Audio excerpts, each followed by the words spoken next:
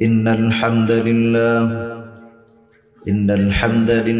المنعم المنعم الذي ما زال ينعم أنعاما على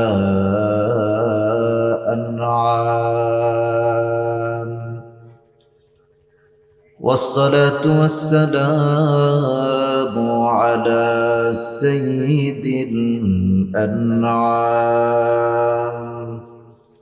القائد الغر الكرام وعلى آله وصحبه العظام. أما بعد، فقد قال الله تبارك وتعالى في كلامه المجيد وفرقانه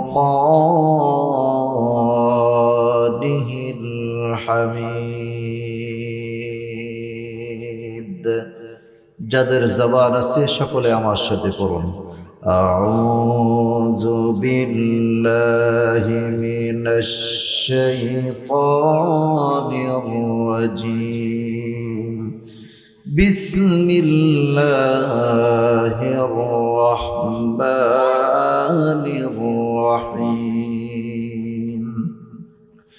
وعباد الرحمن الذين يمشون على الأرض هونا وإذا خاطبهم الجاهلون قالوا سلاما. صدق الله العظيم وصدق رسوله النبي الأمي الكريم، ونحن على ذلك من الشاهدين والشاكرين، والحمد لله رب العالمين. إن الله وملائكته يصلون على النبي يا أيها الذين آمنوا صلوا عليه وسلموا تسليما.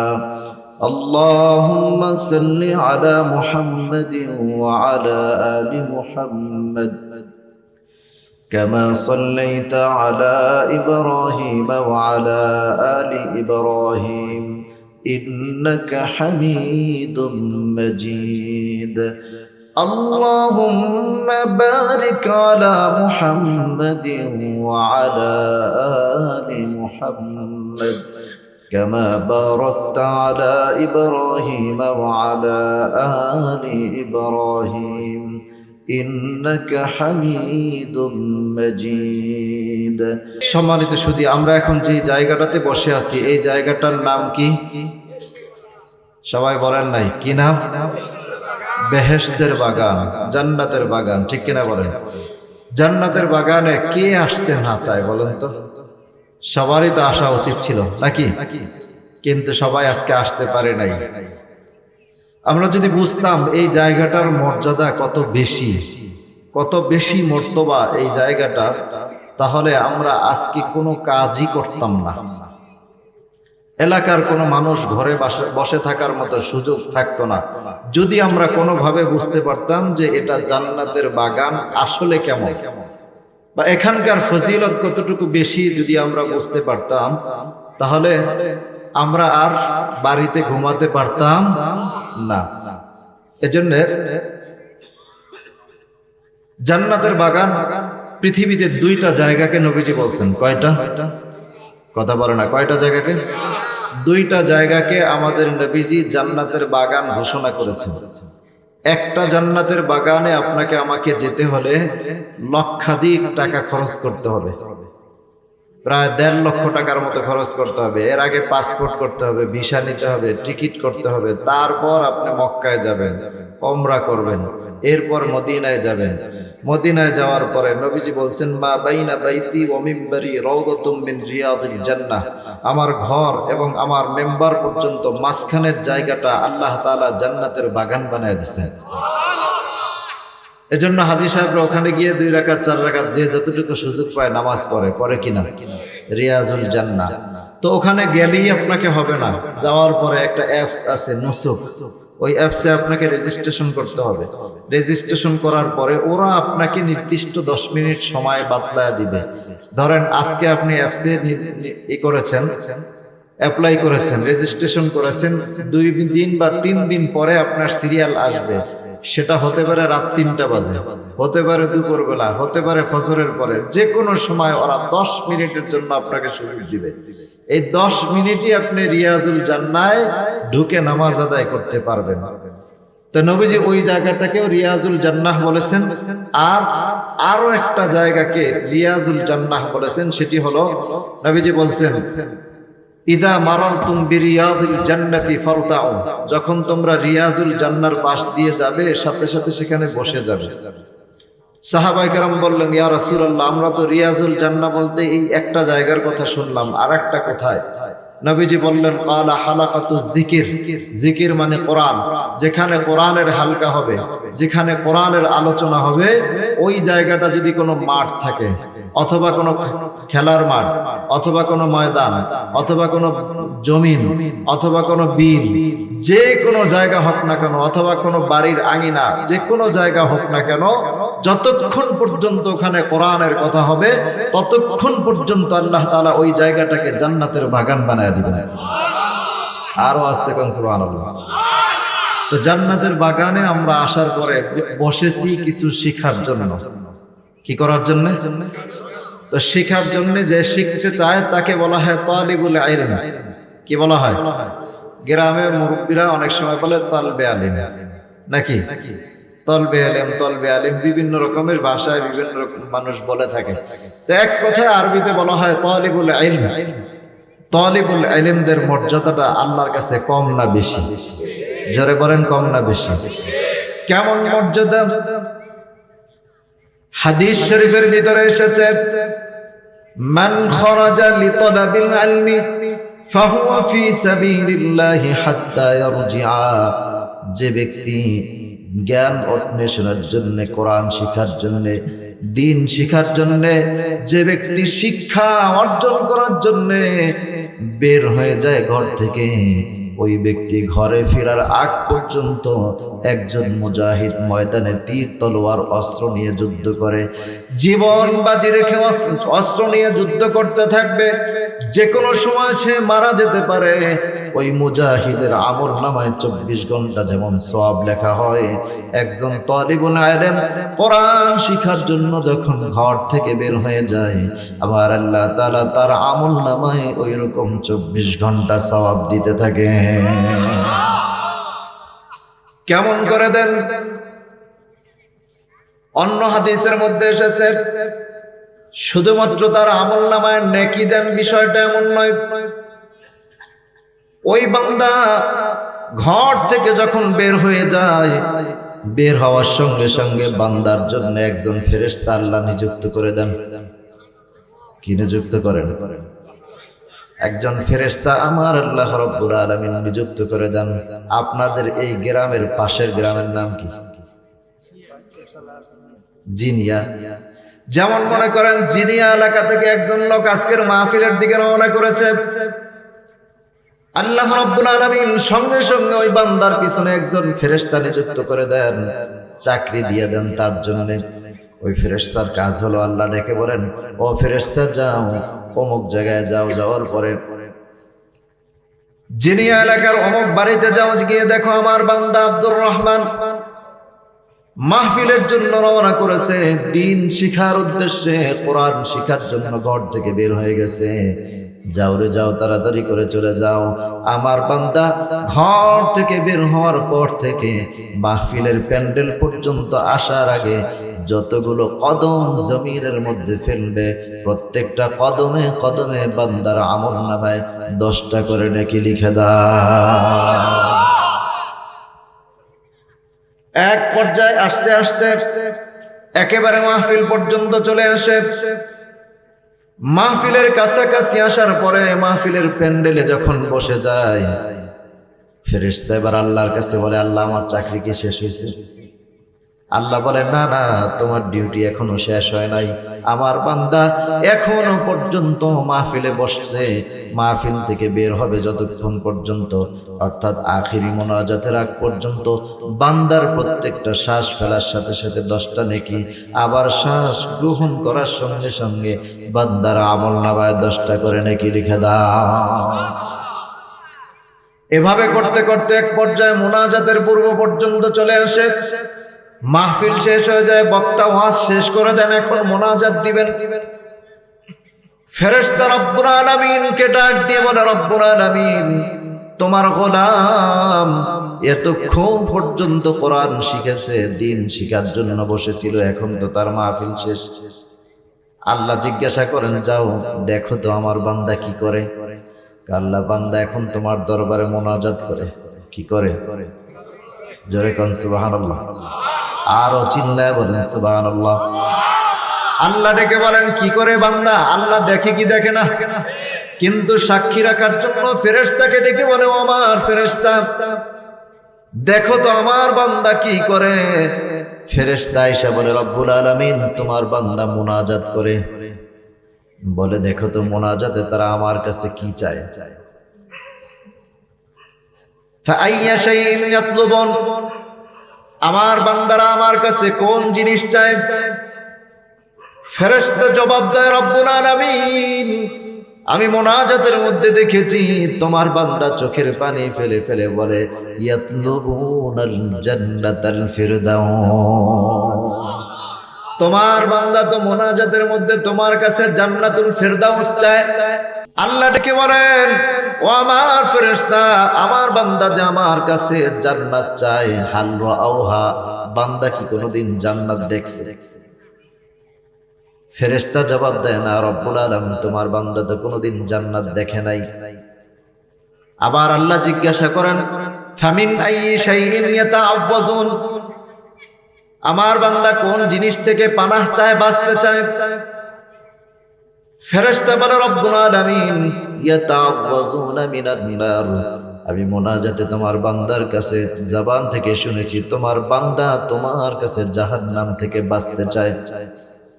আমার আল্লাহ আবার পাল্টা প্রশ্ন করেন, আমার বান্দা কি কোনোদিন জাহান্নাম দেখেছে? ফেরেশতা বলে, না রব্বুল আলামিন, তোমার বান্দা তো কোনোদিন জাহান্নামও দেখে নাই, জান্নাতও দেখে নাই, কিন্তু জান্নাত চায়। জাহান্নামও দেখে নাই, কিন্তু জাহান্নাম থেকে বাঁচতে চায়। আমার আল্লাহ তাআলা সঙ্গে সঙ্গে ফেরেশতাকে ডাক দিয়ে বলে, আমার ফেরেশতারা, যাও যাও যাও, আমার বান্দারা মুনাজাতের ভিতরে কি কি চায় সবগুলো নোট করে আমার কাছে নিয়ে আসো। আল্লাহর কাছে নিয়ে যাওয়া হয়। আমার আল্লাহ সব নোটগুলো, বান্দার চাওয়াগুলো সমস্ত ফেরেশতাদেরকে নিয়ে এইরকম আরেকটা মাহফিল বসায় দেয়। আবার একটা আসমানে মাহফিল অনুষ্ঠিত হয়। ওই মাহফিলে মানুষ থাকে না? থাকে। ওই মাহফিলের শ্রোতাগুলোর কোয়ালিটি হলো যারা জীবনে কোনোদিন গুনাহ করে নাই। ওই মাহফিলের শ্রোতাদের কোয়ালিটি হলো যারা ফেরেশতা নূরের তৈরি, নূরের তৈরি ফেরেশতাদেরকে আল্লাহ রাব্বুল আলামিন নিজে ওয়াজ করে জানায় দেয়, ও আমার ফেরেশতারা, তোমরা দেখো আমার বান্দা দ্বীন শিখার জন্য, কোরআন শিখার জন্য মাহফিলের মধ্যে বসে গিয়ে আমার দ্বীন শিখেছে, শেষ পর্যন্ত আমার কাছে এই এই জিনিসগুলো চেয়েছে। আরে ফেরেশতারা, তোমরা সবাই সাক্ষী থাকো, আমি আল্লাহ রাব্বুল আলামিন আমার বান্দার প্রত্যেকটা চাওয়া পাওয়াকে আমি আল্লাহ কবুল করে নিলাম। সবগুলো দরখাস্ত আমি আল্লাহ মঞ্জুর করে নিলাম। খুশি না বেজার? কথা কয় না, খুশি না বেজার? অল্প না বেশি? শুধু এতটুকু নয়, মোনাজাত শেষ হয়ে যায়। ফেরেশতা এবার বলে, রব্বুল আলামিন, মাহফিলও শেষ, মোনাজাতও শেষ, এখন কি আমার কোনো কাজ আছে? আল্লাহ ডেকে বলেন, ও ফেরেশতা, না না না, এখনো তোমার কোনো কাজ বন্ধ হয় নাই, এখনো তোমার কাজ চালু রয়েছে। বলে, কি কাজ?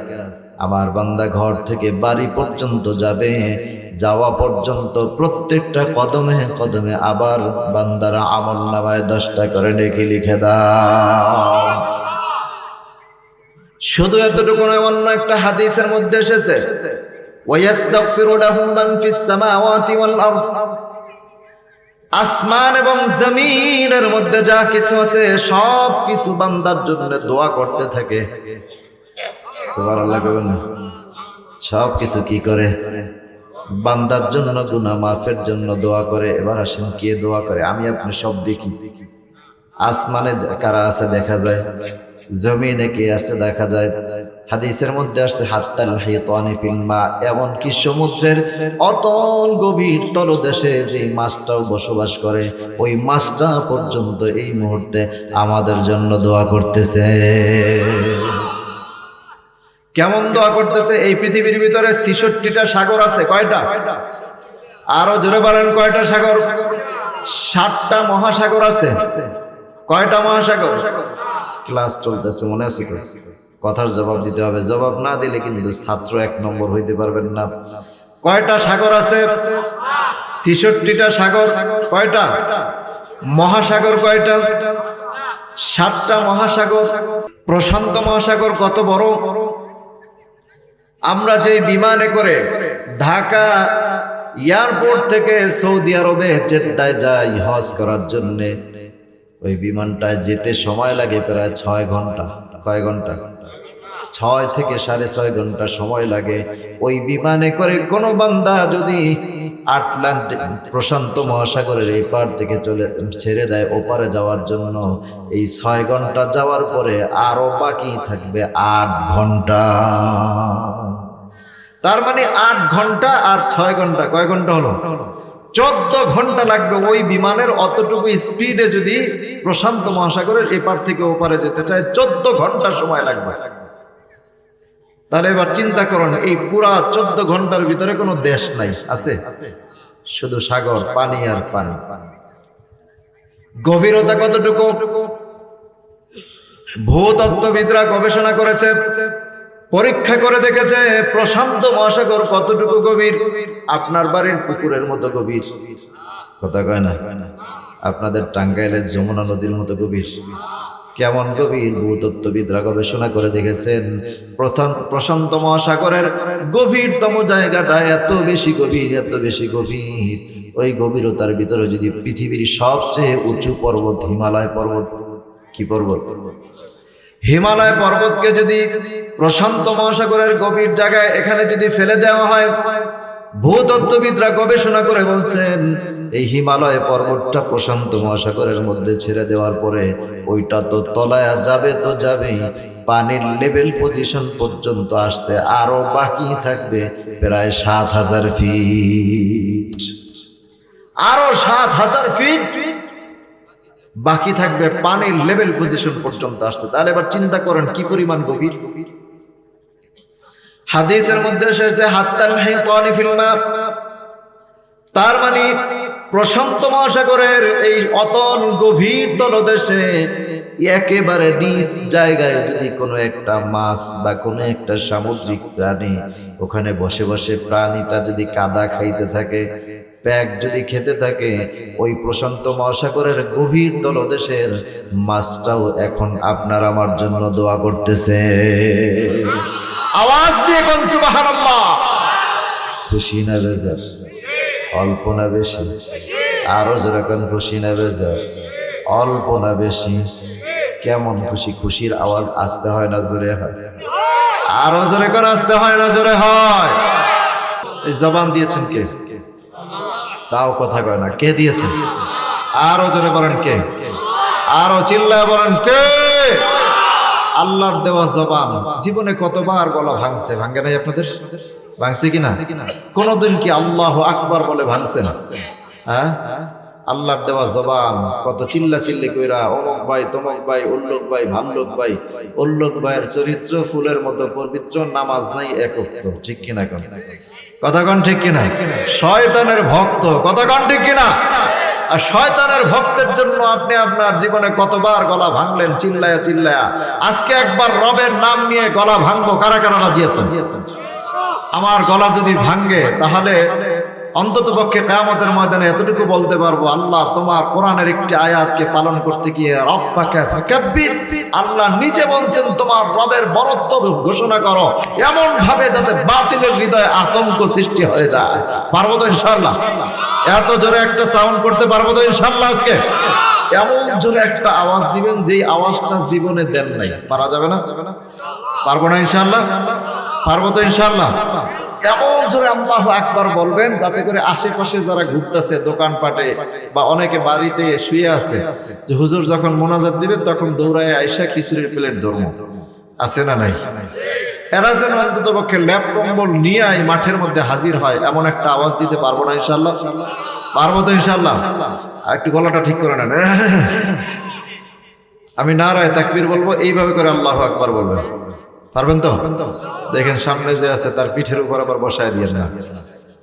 রেডি সবাই? হ্যাঁ, দেখি আপনাদের টাঙ্গাইলের জোরটা কত বেশি। নারায়ে তাকবীর।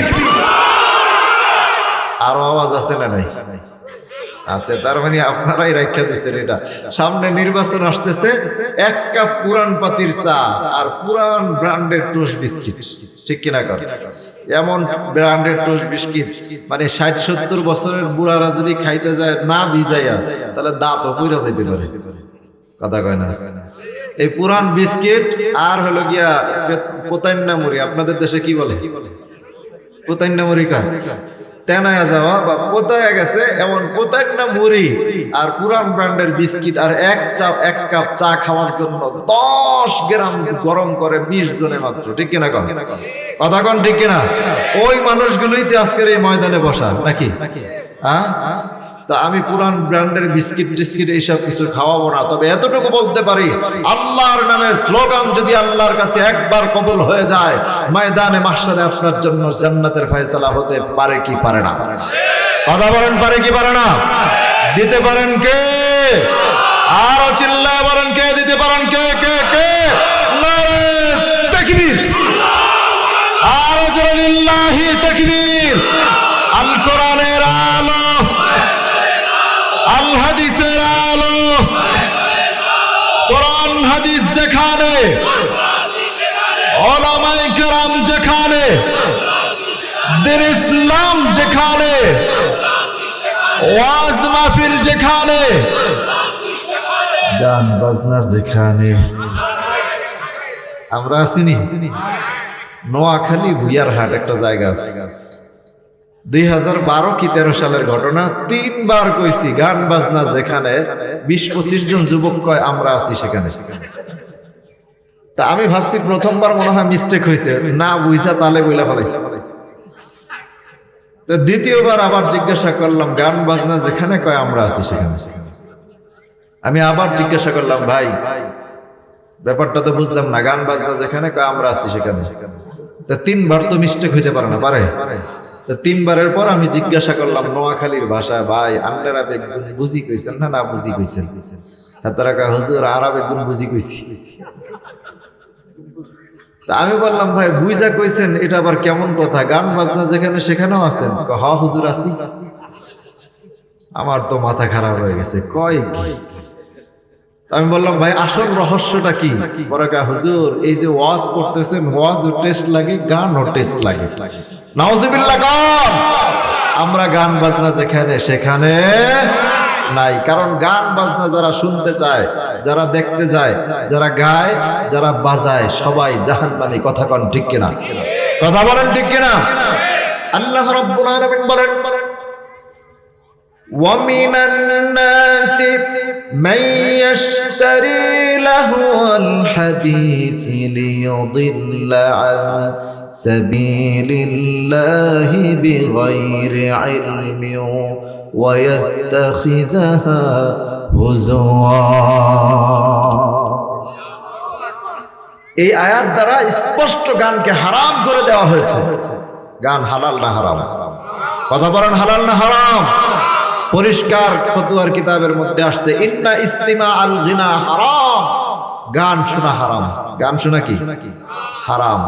ওয়াত্তালাযযুযা বিহি কুফরুন। আর কেউ যদি গান শুনে বলে যে খুব মজা পাইছি, সাথে সাথে কাফের হয়ে যাবে।